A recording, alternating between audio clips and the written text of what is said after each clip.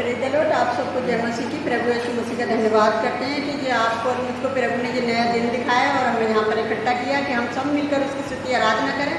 तो हम वचन में जाने से पहले अपने प्रभु यीशु मसीह का जोरदार तालियों से स्वागत करते हैं।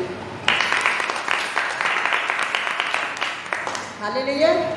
तो हम आज के जो वचन पढ़ेंगे मत्ती 25 का 24 और 25, और आज के जो टॉपिक है तोड़े का दृष्टांत। और शायद हो सकता है कि वचन मैंने दे रखा है, लेकिन मैं इस तोड़े के दृष्टांत के बारे में मेरे मन में प्रभु ने डाला कि मतलब मैं इसके बारे में आपको एक छोटी सी गवाही बता सकूं, तो मैं उस गवाही को भी बताऊंगी और इस वचन को भी हम पढ़ेंगे। तो इस वचन को कोई पढ़ेगा। तब जिसको एक तोड़ा मिला था उसने आकर कहा, हे स्वामी, मैं तुझे जानता था कि तू कठोर मनुष्य है।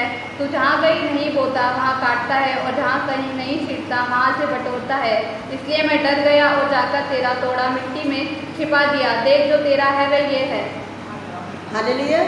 यहाँ देख रहे हो कि एक जो व्यक्ति है, जैसे वचन में लिखा हुआ है पहले में, क्योंकि यह उस मनुष्य की सी दिशा है जिसने परदेश से जाते समय अपने दासों को बुलाकर अपनी संपत्ति उसे सौंप दी।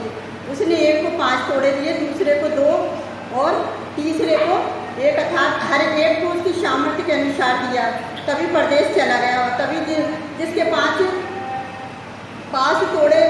तोड़े थे उसने तुरंत जाकर उसे लेना देना किया और 5 तोड़े और कमाए।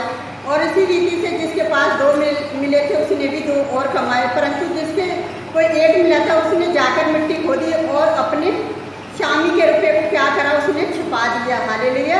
तो जैसे अभी हमने इस वचन में पढ़ा, अब क्या होता है कि उसका स्वामी लौट के आता है बहुत दिनों के बाद। तो 19 में पढ़ेंगे, उसमें लिखा है कि बहुत ही दिनों के बाद उन दासों का स्वामी आकर उनसे लेखा लेने लगा। जिसके पास 5 तोड़े मिले थे उसने 5 तोड़े और लाकर कहा, हे स्वामी, देख, मैंने 5 तोड़े और पता क्या करा था, उसने 5 और कमाए। और जिसको मतलब जैसे जैसे मिला था उसने क्या करा, जिसने 5 कमाए उसके स्वामी ने उससे कहा, धन्य है अच्छे और विश्वास योग्य दास, तू थोड़े में विश्वास योग्य रहा और मैं तुझे बहुत से वस्तुओं का अधिकारी बनाऊंगा। अपने स्वामी के आनंद में क्या कर सौभाग्य हो। और 22 में लिखा है, और जिसको 2 तोड़े मिले थे उसने भी आकर कहा, हे स्वामी, देख, तूने मुझे 2 तोड़े सौंपे थे, देख, मैंने 2 तोड़े और कमाए हैं। उसके स्वामी ने उससे कहा, धन्य है अच्छे और विश्वास योग्य दास, तू थोड़े में विश्वास योग्य रहा और तुझे बहुत सी वस्तुओं का अधिकारी बनाऊंगा। अपने स्वामी के आनंद में सौभाग्य हो। हालेलुया।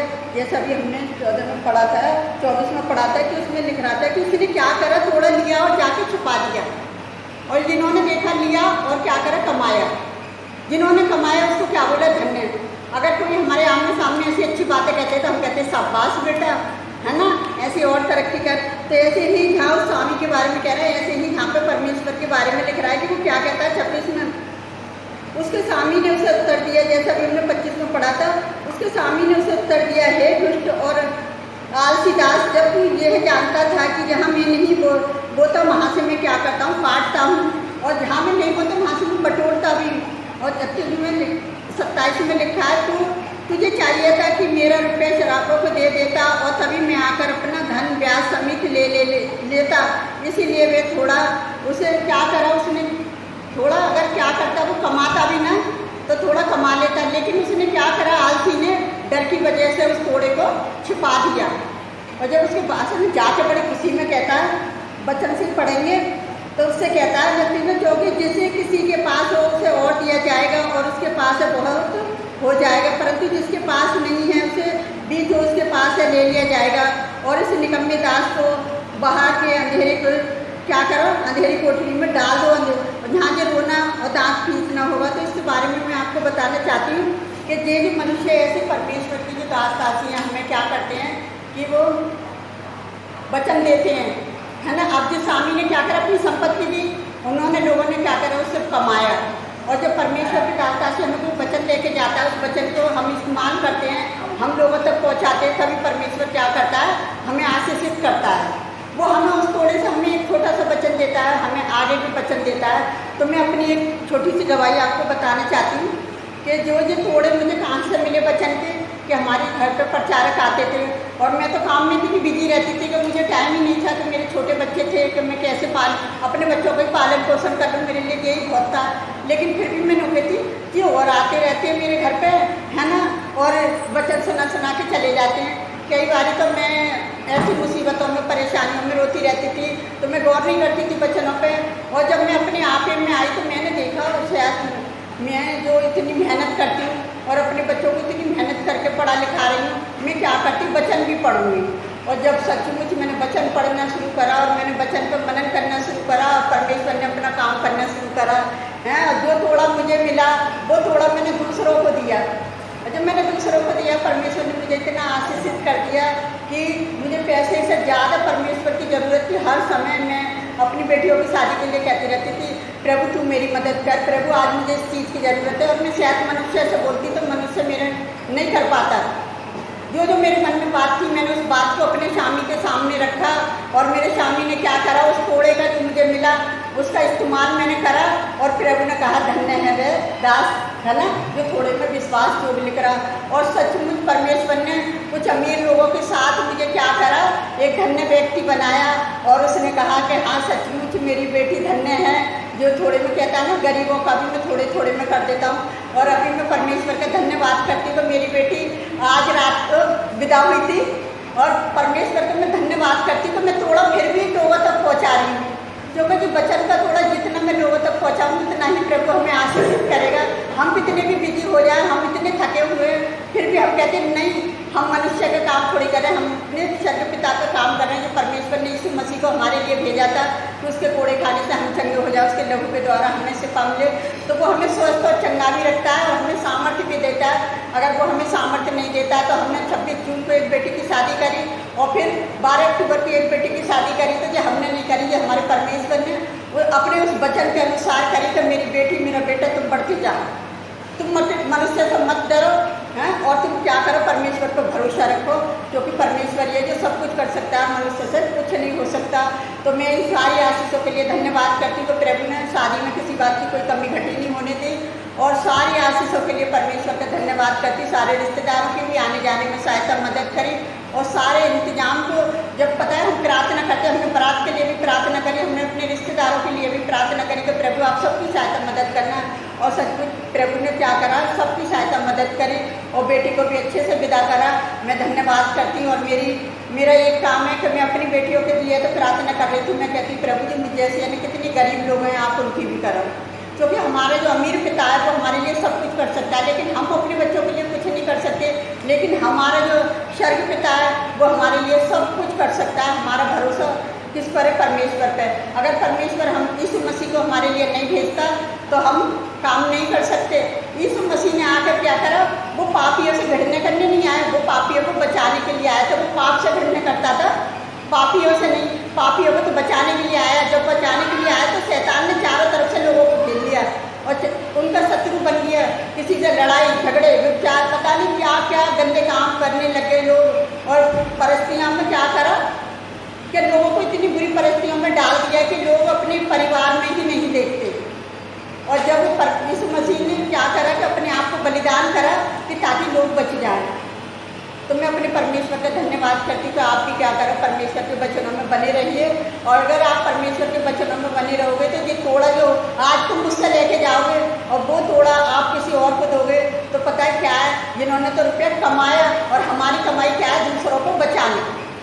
कि हमारे परमेश्वर ने हमें यही सिखाया है कि हमें सेहत में दिया गया परमेश्वर का वचन, तो हम सेहत में दिए। हमारी बड़ी कलेसिया हो, हमारा बड़ा नाम हो, तो उससे कोई काम नहीं है। जब परमेश्वर के काम में हम ईमानदार नहीं हैं तो हम किसी भी काम में ईमानदार नहीं हैं। अगर हम परमेश्वर के आगे सच्चे हैं, वो सच्चा हमारे साथ है, वो हमारे सारे कामों को अपने आप सफल कर देगा। वो कहता नहीं मैं तेरे आगे आगे चलूँगा, तो वो हमारे आगे आगे चलने वाला परमेश्वर जो है हमारे साथ है। अगर वो हमारे साथ नहीं होता तो हम 2 बेटियों की शादी 6 महीने के अंदर अंदर नहीं कर पाते। क्योंकि कुछ लोग तो इतने बेहतर, बहुत ही खुश है, बहुत ही खुश हैं, सब बार से कहते हैं ना, जब कोई गरीब आदमी आगे बढ़ता है तो कुछ लोग तारीफ करते हैं और कुछ लोग चिढ़ते हैं, कहाँ से आया पैसा, किसने दिया। हाँ, हमारे परमेश्वर ने हमें दिया, हमारे परमेश्वर ने करा। जितने हम परमेश्वर की तारीफ करेंगे उतना ही परमेश्वर तुमको मुझे भी तो बढ़ाएगा, तुम सबको सुनने वालों को बढ़ाएगा। तो मैं अपने प्रभु यीशु मसीह का धन्यवाद करती हूँ। तो उस सारी आशीषों के लिए जो उसने हमें साइकिल पेयर में भी हमें धन्यवाद को बलिदान चढ़ाने का मौका दिया, उस बड़ी दया के लिए भी हम धन्यवाद करते हैं। कोई थकन नहीं है, कोई परेशानी नहीं है। बेटी की शादी करके धन्य रहेगी। ताकि हम आप सबके लिए प्रार्थना करते हैं, आपके हमारे साथ मिलकर प्रार्थना करें। Hallelujah hallelujah. धन्यवाद धन्यवाद राजाओं के राजा प्रभु के प्रभु, आपका धन्यवाद करते हैं सुंदर दिन के लिए, सुंदर समय के लिए। मेरे खुदावन मैं आपसे विनती करती हूँ कि थोड़ा आपने हमें दिया खुदावन, हमने वो थोड़ा दूसरों तक पहुँचाया पिता। और आप जानते हो हम किस परिस्थिति में थे पिताजी, आपने हमें हर परेशानियों से निकाला और बचाया है प्यारे जो परमेश्वर। जिस चीज़ के लिए हमने प्रार्थना करी प्यारे जो परमेश्वर, इस कोड़े के द्वारा आपने हमारे सारे अधिक रिश्तेदारों की सहायता मदद करी, सारी बारात की सहायता मदद करी। उन सारी आशीषों के लिए भी मैं धन्यवाद करती हूँ मेरे खुदावन।